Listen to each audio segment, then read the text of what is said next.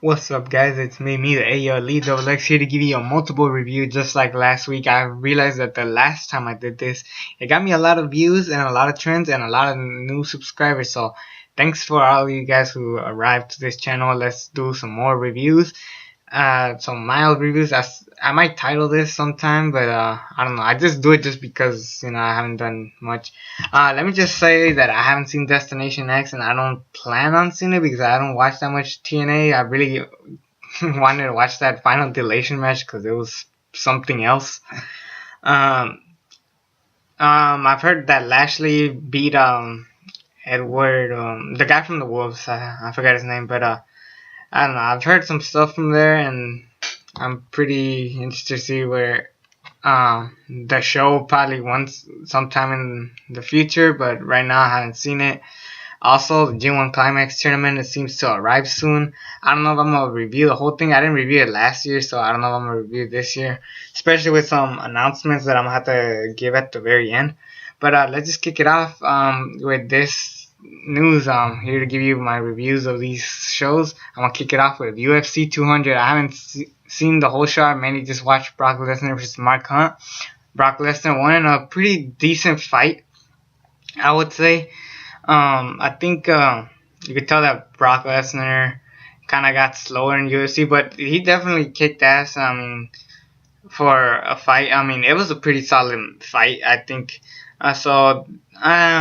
I think it was worth seeing. I don't know what this leads to with the whole SummerSlam match between Orton and Lesnar, but I mean, this might give the potential stuff that's going on, especially since Randy Orton's returning to Battleground. That's really the only reason why I'm talking about UFC. So, anyways, pretty solid fight. Mark Hunt lost to Brock Lesnar, the returning guy. I don't know if they're gonna keep him for UFC 201, 202. There were rumors about him probably staying. Not just that, but CM Punk is gonna return at UFC 203. Finally have his debut match, which we've all been anticipating since God knows when. So yeah, anyways, that's gonna be it for UFC. Now let's move on to NXT. July 13, and we had Shinsuke Nakamura versus Finn Balor, and they also announced about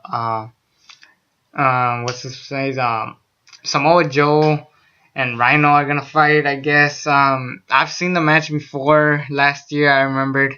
It was alright. That better not be the main event for NXT back to Brooklyn. But I'm interested in seeing it because they haven't done much with Samoa Joe. They've been mainly promoting the tag team division and the women's division. So there's that. But Shinsuke Nakamura and Finn Balor had the greatest match today, and maybe one of the near match of the year contenders. I mean, I feel like with NXT, since they realized that Ultima Lucha is upon us or is currently happening, they're like, all right, you guys have Ultima Lucha. Well, we're gonna give you guys two of the greatest matches of the year. Last week they did it with American Alpha and the Revival. This week they do it with Finn Balor and Shinsuke Nakamura, and they promoted the hell out of this match ever since the end. At the end, they definitely delivered. I'm glad that Shinsuke Nakamura won. He definitely deserved it. All the reversals, Finn Balor trying to beat Shinsuke. Honestly, this match could have been a little bit more exciting if it was Demon Finn Balor. For the first time we see Demon Finn Balor not on a takeover special, so unless if they're planning on bringing on the Demon sometime soon, since there's rumors of him returning and make the Balor Club with him, AJ, Carl Anderson, and Luke Gallows. So I have a feeling it's gonna lead to some of that good shit in the future. And Shinsuke Nakamura's had a bright future. He's probably gonna be the NXT champion soon. I can't wait. It's gonna be exciting. And yeah, that's gonna be it for that, because NXT was really short for this week, and I'm pretty happy that we saw a good match and one of the greatest matches this year, like I said. But then we move on. I'm gonna talk about Ultima Lucha 2, kind of where we stopped. We only had 2 matches, and people are gonna be shocked when I say what my match of the night was, and that was, of course, the Gift of the Gods elimination match. Because it had moments, it had a lot of cool shit. Nightclaw's debut was phenomenal. Remind me exactly like Black Panther from Captain America Civil War. You don't know anything about this character, but you like his appearance. You kind of know his motivation, and he just downright kicks ass. Daga surprised me. He reminded me a little bit of Kyle O'Reilly. I think I've mentioned that he feels like a Kyle O'Reilly in the past, but he definitely pulled off like some good moves in there.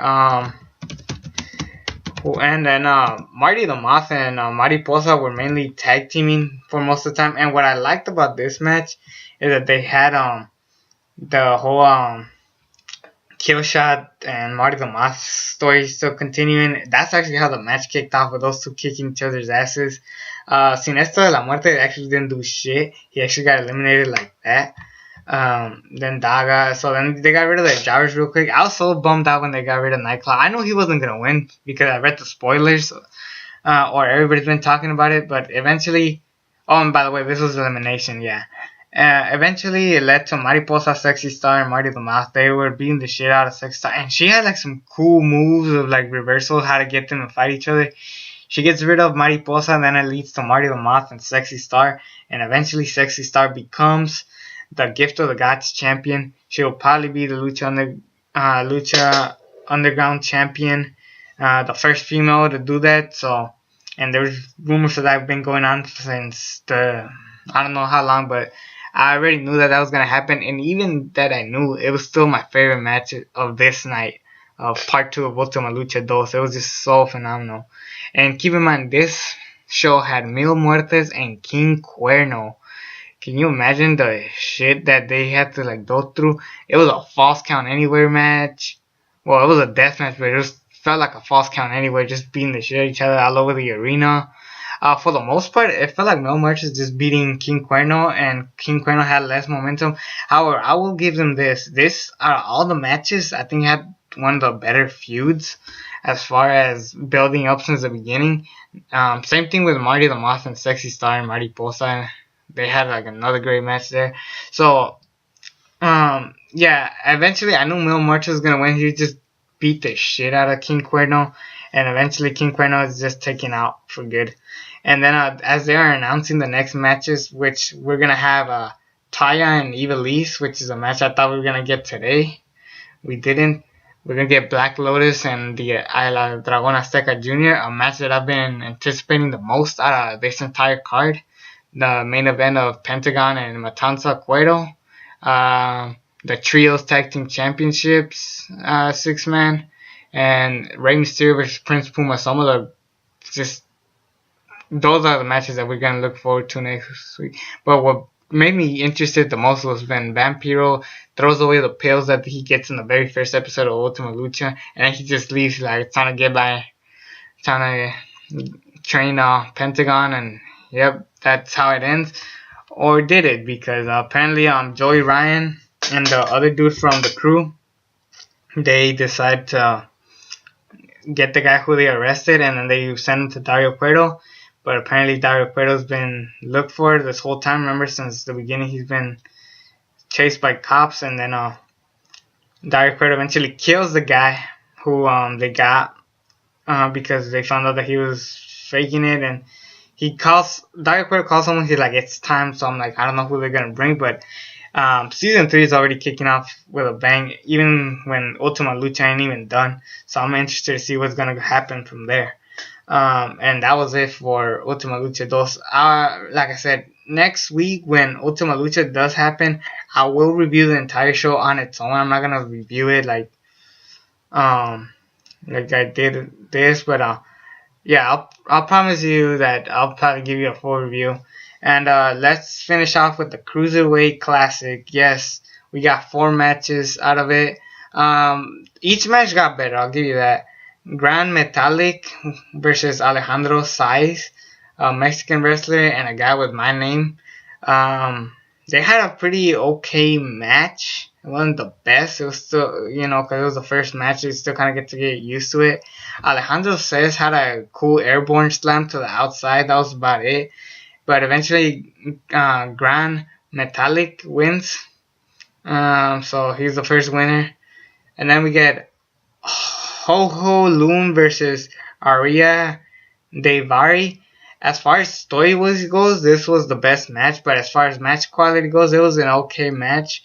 Ho Ho Lun, they were comparing him to Brock Lesnar just because of the suplexes, and that was about it. But oh, that reminds me, Mauro Ronaldo and Daniel Bryan were both being the commentators for this show, and rightfully so. These two guys definitely, particularly Mauro Ronaldo. Please replace the commentators and put Mauro Ronaldo. Hell, put Daniel Bryan and Mauro Ronaldo. Maybe, just maybe the ratings could go up, but I don't know. They don't like to listen. But Ho Ho Lun, I'm pretty excited to see how he goes since he won the match.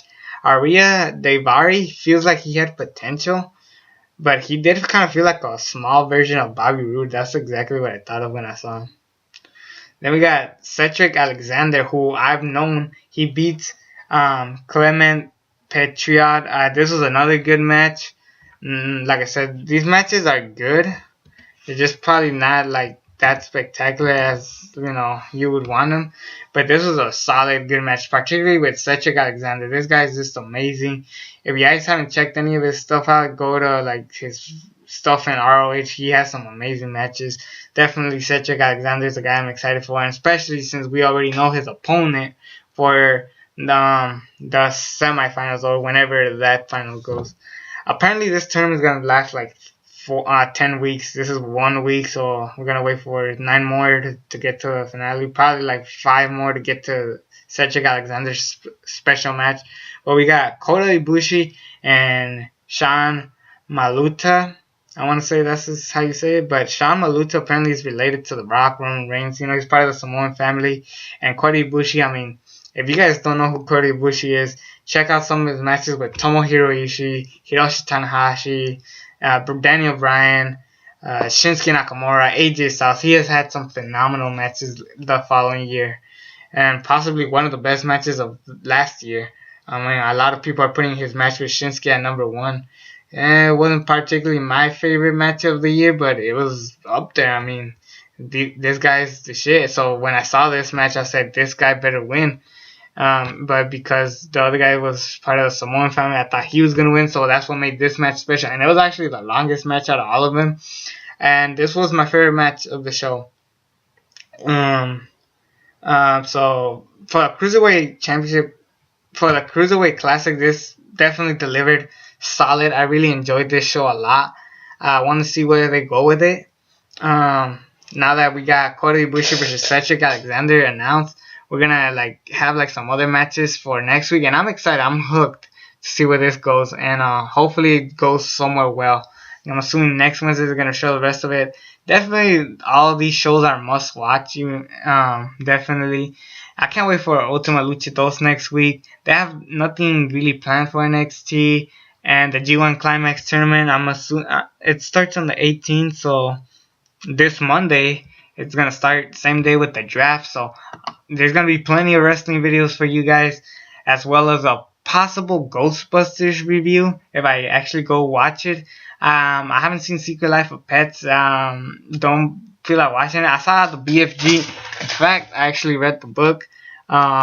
I'm gonna review the movie sometime in the weekend on my website. I don't know if I'm gonna make a YouTube video about it though, because there's so much going on with my life, and especially since I'm gonna stay overnight on this Saturday. So Saturday I won't be available at all, and Friday I'm gonna be busy as hell as well. I don't know about Sunday if I come back. It's just gonna be a good time. So yeah, so expect the BFG and my website. Check out these shows. They had some amazing matches. Definitely some good must-see stuff. Anyways, it's me, the ALE Double X, here to wrap up everything. Thank you for subscribing. Please subscribe if you haven't already. And until then, I'm out.